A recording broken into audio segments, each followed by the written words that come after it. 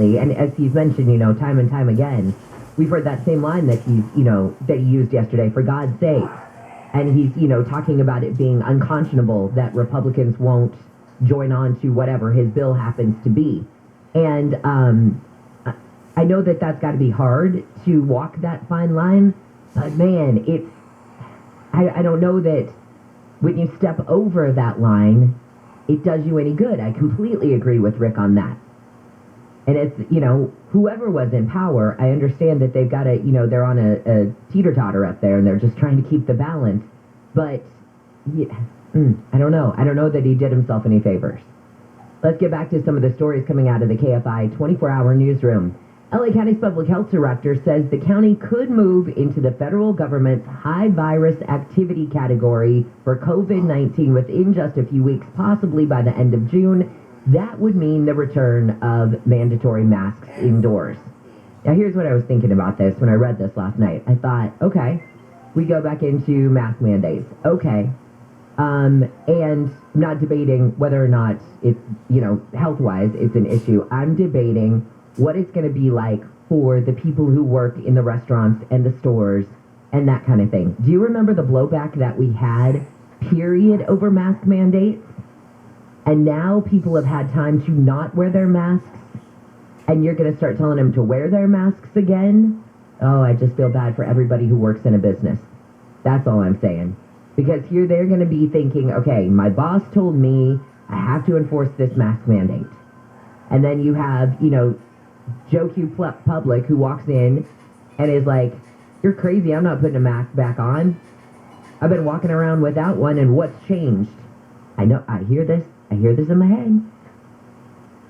A man cops say had a gun has been shot in Koreatown. LAPD Captain Aaron Ponce says the department's Force Investigation Division will be doing a lot of work on that case. Search for video, review the body-worn video by our officers, search for additional witnesses and those witnesses that have been identified. Ponce says officers were sent to the area of 8th and Berendo about 8:15 in the morning yesterday on a call of an assault with a deadly weapon. He says there are a lot of surveillance cameras in the area where that fatal shooting happened. A Ventura County elementary school has been defaced with graffiti after a local newsletter criticized the school for recognizing the gender of a transgender student. The graffiti said, "Pervs work here." It was discovered in Newberry Park early Friday. School officials say a teacher had recognized the child's pronouns back in January by reading a children's book about a transgender boy called Call Me Max. Officials in Iowa say a service was in session when a shooter attacked people outside a church in Ames. We have confirmed that there are 3 deceased individuals. One of those individuals we believe to be the shooter. Story County Sheriff's Captain Nicholas Lenny says the shooter shot and killed himself yesterday. Officials in Texas say 5 people, including 1 adult and 4 minors, has been found dead in Leon County. Texas Department of Criminal Justice Chief Jason Clark says Gonzalo Lopez, who escaped from prison on a bus last month, was the killer. We've just received information that Gonzalo Lopez has been captured and is deceased. Clark says Lopez was shot by police south of San Antonio last night. He says he's relieved Lopez will not be able to hurt anyone else. A jury in LA has awarded $440 million in punitive damages to 2 men who claimed they had been forced out of their jobs at SoCal Edison. Their lawyers presented evidence they said showed Edison's South Bay office had a fraternity-like culture in which racial and sexual harassment was widespread. Protesters in downtown LA say they are against a possible drop in solar power initiative. This man from Pasadena who works in the solar industry says the proposed drop in incentives will seriously hurt the industry. It's going to vastly reduce the number of companies that are in this space, and there are going to be very few customers that it makes sense to go solar. Hundreds of people rallied yesterday against proposed changes to solar incentives by state officials. The changes, which were rolled out in December, include lowering the amount of money people get for selling excess energy back to power companies. In downtown LA, Blake Trolley, KFI News. Well, 2 cats have died in a fire in a pet business in Hollywood. The LA Fire Department says the fire broke out about 6:15 yesterday at Pet Joy on North Virgil Avenue. Investigators say the cause of the fire was electrical. Firefighters rescued 14 pets from the building. The USPS, the mailman, mail person, says more than 5,000 employees have been attacked by dogs last year. LA had 44 reported attacks, making it the fourth worst city for attacks. The stats were released yesterday ahead of the USPS Dog Bite Awareness Week, which starts Sunday. USPS says to protect mail carriers by keeping dogs inside, behind a fence, or even on a leash. And I can't tell you how excited I am about this next one. A Golden Girls pop-up restaurant is coming to Beverly Hills. Woo! Foodies can order Sophia's famous lasagna, meat or vegan, the Dorothy, which is a Miami-style sandwich, Blanche's Georgia-style cookies, Rose on Rosé, and cheesecake. The creator of the pop-up restaurant is also the mastermind behind, Nick Paliochini, I'm going to bring you in here, behind the 90210 Peach Pit Breaking Bad experience. Oh, I was going to ask. Okay. Yeah, and the Saved by the Bell, Saved by the Max restaurant. So the Golden Girls Kitchen opens in July. I know we tried our butts off to get into the 90210 one. We did, yeah. But this one, I feel like you and I are so passionate about our love for the ladies. I will deck it out. I think we should deck it out now. Do you want to be Sophia? Do you want to be Dorothy? I think we should just dress up and go. I don't know. You know what? Ooh, here's what I want, Nick Paliochini. Okay. I want you to pick who you think of the four I am most like.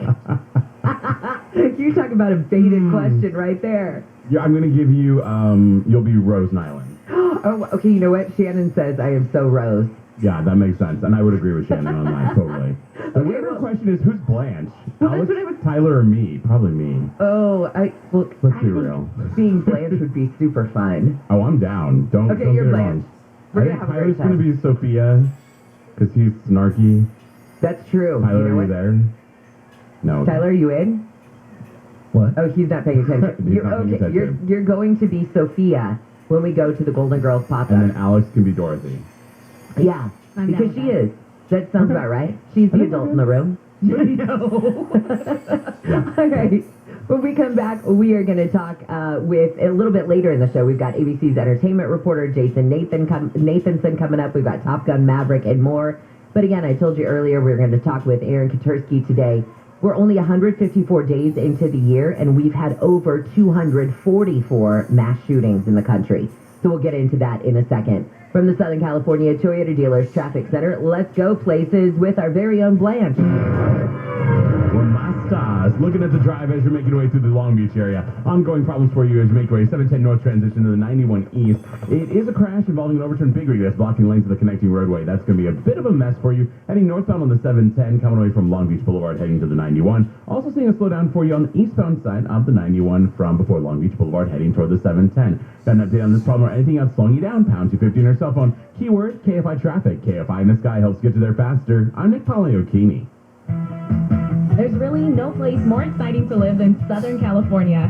Whether you're looking for a day at the beach, a hike in the mountains, or my favorite, a trip out to the desert, you're always a quick drive away from an adventure. Wherever you choose to go, make the journey as memorable as the destination in one of 5 SUVs from Volkswagen. Choose from the versatile Tiguan SUV with spacious cargo room, the compact Taos SUV with VW digital cockpit, the all-electric ID4 SUV with intuitive voice control, or the family-friendly Atlas and the stylish Atlas Cross 4 SUVs, recently ranked number 1 and 2 for the lowest cost of maintenance among midsize SUVs. Get started on your next adventure and head to your local Southern California Volkswagen dealer today to get behind the wheel of one of these 5 inspiring SUVs. Cost of maintenance claim based on the final level analysis of 2022 midsize SUVs performed by Concentric LLC on February 2nd, 2022. Comparison versus Honda Passport and Pilot, Toyota Highlander, and 4Runner in Subaru Ascent and Outback. Assumes 5 years, 75,000 miles of operation. Does not include repair costs. Sponsored by Allstate. Saving money feels pretty good. Allstate. Better protection costs a whole lot less. Visit allstate.com or call an agent for a quote today. Hey, this is Lincoln Kennedy, 3-time Pro Bowler. Here's what's trending on the iHeart Sports Network. Presented by Blind Stare. The Dodgers shut out the Mets behind another gem from Tony Gonsolin. Game 2 of 4 between the NL leaders is tonight. Los Angeles will send Tyler Anderson to the mound. The Angels draw both games of a doubleheader against the Yankees, stretching their losing streak to 8 games. They visit the Phillies this afternoon. And the Celtics won a gutsy Game 1 of the NBA Finals. Al Horford scored 26 to lead the way. Game 2 is Sunday in the Bay. I'm Misty Jordan. Do you need new blinds or shades? Blindster offers custom-made blind shades and shutters shipped directly to you at prices less than big box retailers. Visit Blindster.com now to save 50% off during their Memorial Day sale. Sale ends soon, so shop today. Blindster.com. Hey, kiddo, ready to catch that movie? Almost. Wallet, phone, keys, mask. Yep, all set. The mask? That's not required, is it? No, but it's gonna be busy and crowded, so I'll feel better with it on. You right. It is open at night. Let me grab mine. Nice. You passed the vibe check, Dad. Wearing a mask when it can help protect you and others is just one way to keep each other safer. Brought to you by the California Department of Public Health. If you've listened to Handle on the Law for any length of time, you'll notice that I have never recommended a lemon law lawyer. Never found one I'm comfortable with until now. So let me introduce you to the Knight Law Group. If you've bought or leased a car and gone back repeatedly for a car repair to no avail, you may have a lemon on your hands. And you have rights under the California lemon law. Every year, car manufacturers produce and sell cars that have real problems and you're stuck with them. Well, you can actually do something about it now. Call the Knight Law Group. They can help you get rid of your lemon and get your money back. And you don't pay anything out of pocket. Call for a free consultation. Call the Knight Law Group at 844-43-LEMON, 844-43-LEMON, or visit knightlaw.com. That's Knight with a K, knightlaw.com. Paid spokesperson. Every case is different. Results vary. Courtesy of Roger Kiernos, Knight Law Group, LLP. We've got your new AC, and we're ready to install it. Kenny anticipated those supply chain problems. We built a bunch of new ghetto systems before the prices jumped up. Buy a new ghetto today, and we'll install it tomorrow. Ghetto, G-O-E-T-T-L.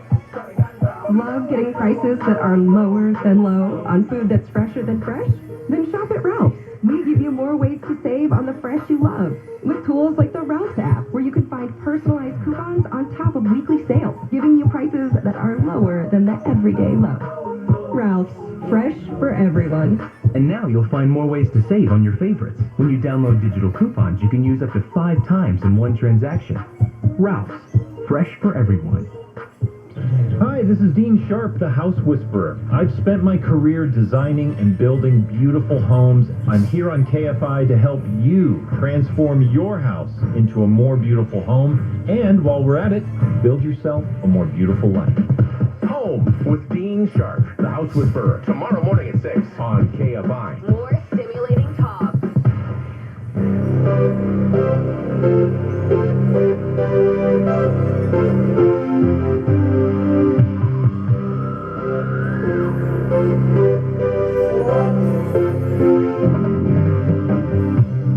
KFI AM 640 live everywhere on the iHeartRadio app. This is your wake-up call for a Friday. Welcome to it. I'm Jennifer Jones-Lee, and some of the stories coming out of the KFI 24-hour newsroom. Face coverings could soon be mandatory again in LA County. Health Director Barbara Ferrer says at the current pace of people ending up in the hospital with COVID-19, the county could move into the federal government's high virus activity category within a few weeks, maybe by the end of June.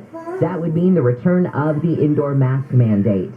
Russia's invasion of Ukraine has entered its 100th day. The war has no end in sight. After abandoning its assault on Kyiv, Russia focused on gaining control of the territory in the east and south of Ukraine. Russia faces more sanctions from Western countries and a level of resistance by Ukrainians they really didn't anticipate.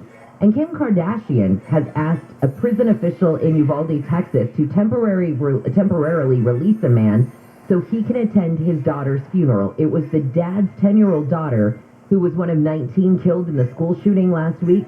Kardashian says the dad is serving a 25-year sentence for a nonviolent drug offense. She says as a parent, the dad deserves to say goodbye to his little girl.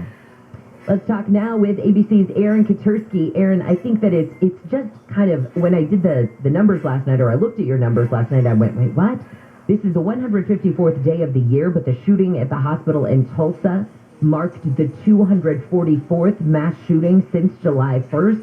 I mean, I literally feel like every day when I walk in now and I look at the file of news that we had, it's like, okay, find the mass shooting of the day and then go on after that. Well, there have been, as you say, more mass shootings this year than days. And just since Uvalde in the 9 days. There have been 20 other mass shootings, with 4 or more casualties. So the rate of gun violence has been brisk. The victims are piling up. And you heard President Biden say last night that too many places in America had become killing fields.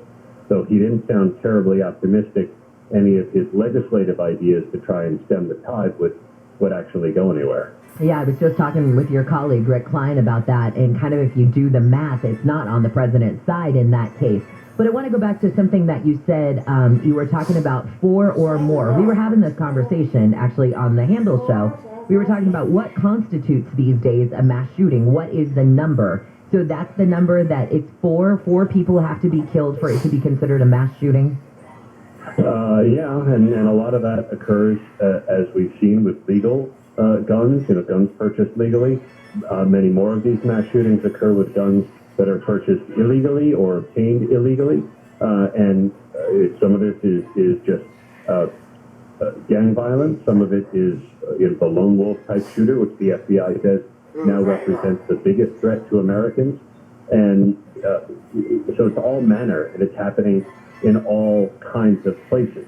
It's urban areas, suburban areas, rural areas. No place in America is spared the epidemic.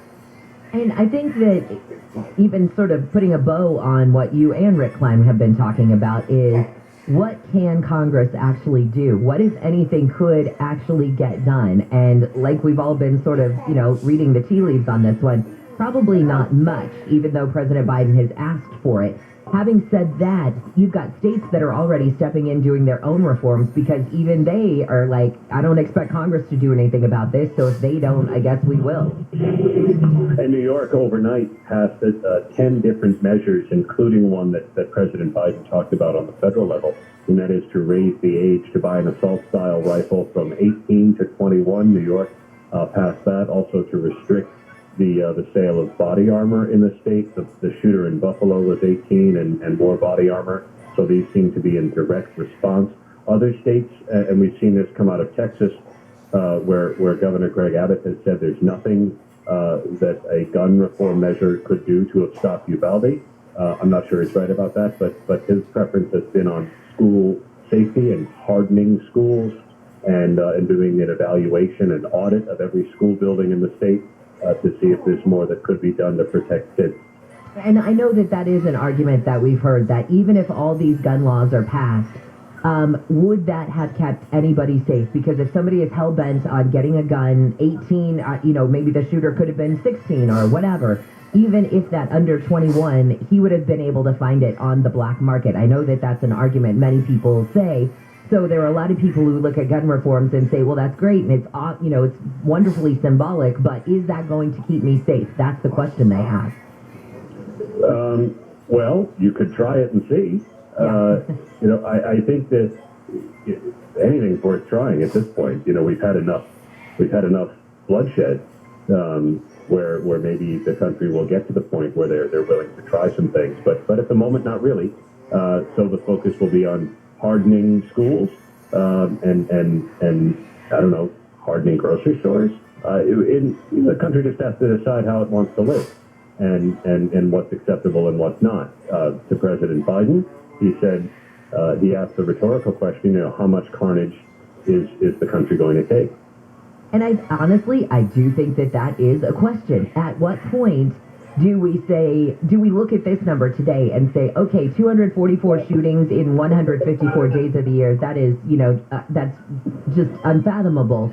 So now is the time that we do something. I don't know. I don't know where that line is. You would have thought, that maybe it would have been far back, maybe when we hit 100 in whatever. But it's just hard to tell, and I know that people are very concerned about the Second Amendment and their rights, and that's why a lot of people get very upset about any type of reform. Oh, sure. But I'll leave the Second Amendment discussion to the legal experts and the political discussion to the political experts. But I think some of the ideas do tend to be reactive. In Tulsa, for example, a mandatory waiting period would that have made a difference? Because the shooter there seems to have purchased his AR-15 style rifle the same day that he went in to kill his doctor and 3 others. In Uvalde or in Buffalo, would a raising of the age have made a difference because they were both 18? You could say yes, you could say no, but the amount of gun violence and the amount of guns in the country, I think, is also an interesting statistic. Estimated 400 million guns in circulation. That's more guns than people, and they've become a way to solve disputes that perhaps when there were fewer guns available, people would resolve a different way.